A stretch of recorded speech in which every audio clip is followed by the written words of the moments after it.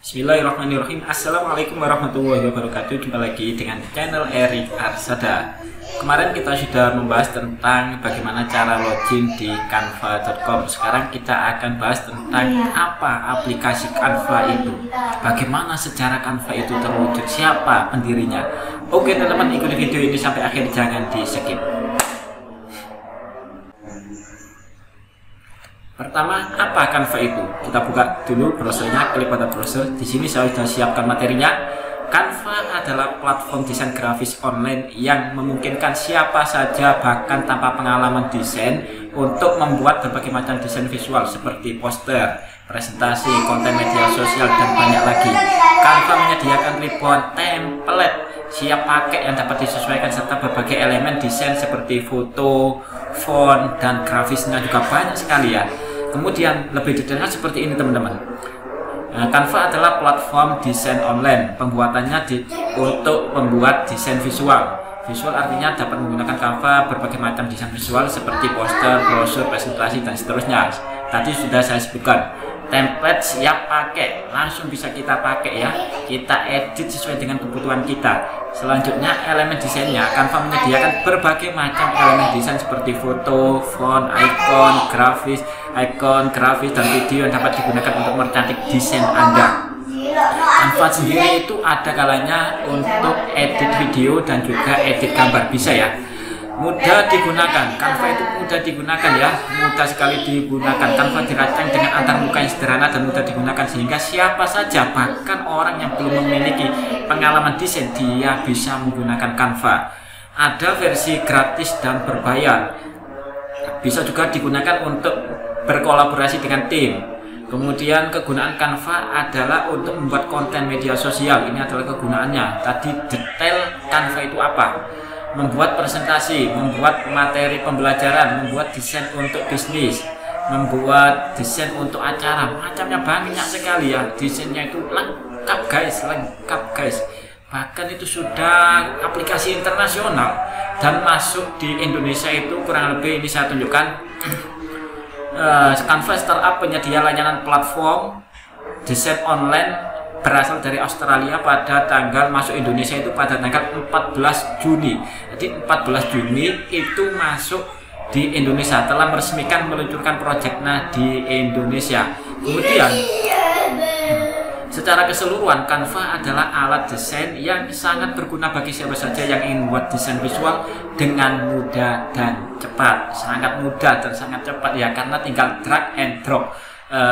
Kita edit, kita taruh, kita ganti, dan seterusnya. Mudah sekali kita menggunakan Canva itu ya. Selanjutnya sejarah Canva. Bagaimana sih sejarah munculnya Canva itu? Oke, kita buka di sini ya, di tab baru. Sejarah Canva berdasarkan dari website kompas.com, teknokompas.com. Canva itu diluncurkan pada tahun 2012, masih sangat muda ya. 2012, sekarang 2025, artinya adalah sekitar 13 tahunan. Itu usia yang masih muda, karena sebelum aplikasi pengolah gambar visual, aplikasi visual seperti membuat poster dan lain sebagainya, yaitu yang paling populer adalah CorelDRAW dan Photoshop ya. Jadi ini yang sangat populer, Photoshop dan CorelDRAW. Kalau orang bicara tentang desain, pasti mereka akan merujuknya ke Photoshop. Kalau tidak Photoshop ya ke CorelDRAW. Dan sekarang muncullah Canva. Tentu yang aplikasi sulit itu lama-kelamaan akan ditinggalkan. Mereka akan lebih suka menggunakan yang mudah karena kecanggihan zaman ya. Maka harus selalu inovasi. Diluncurkan pada tahun 2012 sebagai aplikasi untuk membuat desain grafis. Hingga saat ini aplikasi Canva masih menjadi platform andalan yang digunakan banyak orang untuk membuat visual yang indah. Mudah sekali kawannya, apalagi kalau kita menggunakan Canva Pro, Canva yang berbayar, malah tambah enak banget guys. Beda jauh dengan Canva yang gratis. Pasalnya Canva adalah salah satu aplikasi desain grafis yang ramah terhadap pengguna, sekalipun pengguna bukanlah orang yang memiliki keahlian dalam bidang desain grafis. Sebagaimana saya kan kurang atau tidak memiliki keahlian dalam bidang grafis, tapi lama-kelamaan kita akan terbiasa ketika kita sudah lama menggunakan Canva. Selain itu, pengguna grafis juga masih bisa leluasa untuk menggunakan fitur-fitur Canva yang tersedia. Bahkan juga teman saya yang ahli desain grafis, di mana mereka itu awalnya menggunakan Photoshop dan Corel Draw. Sekarang sering banget ya, hampir sering banget menggunakan Canva. Photoshop dan Corel Draw digunakan dalam hal tertentu. Ketika di fitur Canva itu tidak ada, maka yang ada kaitannya mengharuskan Photoshop dan Corel Draw, dia akan menggunakan dua aplikasi tersebut. Tapi rata-rata dia sudah menggunakan Canva ya dalam desainnya. Apakah membuat poster, apakah membuat apa itu tampilan untuk konten-konten dan seterusnya. Selanjutnya, siapa sih pendiri dari Canva itu? Nah, untuk asal mula Canva dimulai dari pendiri Canva, yaitu Melanie Perkins, yang bekerja sampingan sebagai pengajar program. Dia adalah seorang pengajar program desain untuk siswa. Perkins mengerjakan bagaimana mengoperasikan program-program desain seperti InDesign dan Photoshop. Nah, ini Photoshop saya sudah pernah menggunakan. Kalau untuk InDesign-nya saya pernah mendengar tapi belum pernah menggunakan. Akan tetapi kemudian para siswa mengalami kesulitan dalam menggunakan perangkat lunak tersebut. Permasalahan inilah yang kemudian membuat Perkins merasa harus ada inovasi baru di dalam dunia desain. Bisnis desain buku. Kemudian dia mendirikan atau membuat bisnis desain buku tahunan. Untuk mewujudkan mimpinya, dia membuat sebuah media desain yang mudah dioperasikan dan online ya.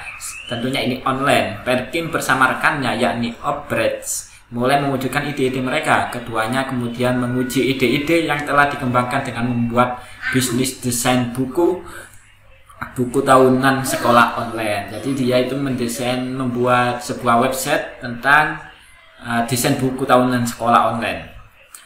Dia memulai membuat Canva pada 2010. Perkins mendapatkan koneksi baru di MIT dalam sebuah acara. Perkins dan Obrecht akhirnya terhubung dengan Silicon Valley dan Tai adalah seorang couchsurfer yang rajin. Pada 2012 kemudian memulai bisnisnya dengan sungguh-sungguh.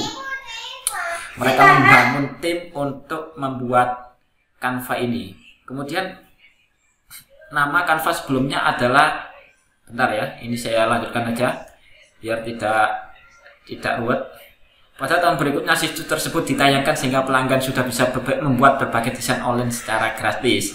Desain buku tahunan online. Canva berkembang seiring berkembangnya zaman. Situs ini membantu menciptakan kurang lebih 2 miliar desain di 190 negara. Bayangkan 2 miliar desain di 190 negara, sudah kapasitasnya internasional. Dan masuk Indonesia tadi di 2000 berapa tadi masuk Indonesia? Tadi ini ya, masuk Indonesia itu tahun 2017. Perkins mendapatkan 85 juta dolar Amerika yang dipimpin oleh Silicon Valley dan MIT untuk mengembangkan Canva ini. Mereka menggunakan dana tersebut untuk mengembangkan Canva. Pemilihan nama Canva itu awal mulanya adalah Canvas Chef. Kemudian Perkins itu tidak suka dengan nama Canvas Chef itu. Akhirnya dia mengganti dengan nama Canvas. Canvas yang dalam bahasa Perancis itu artinya Canva ya.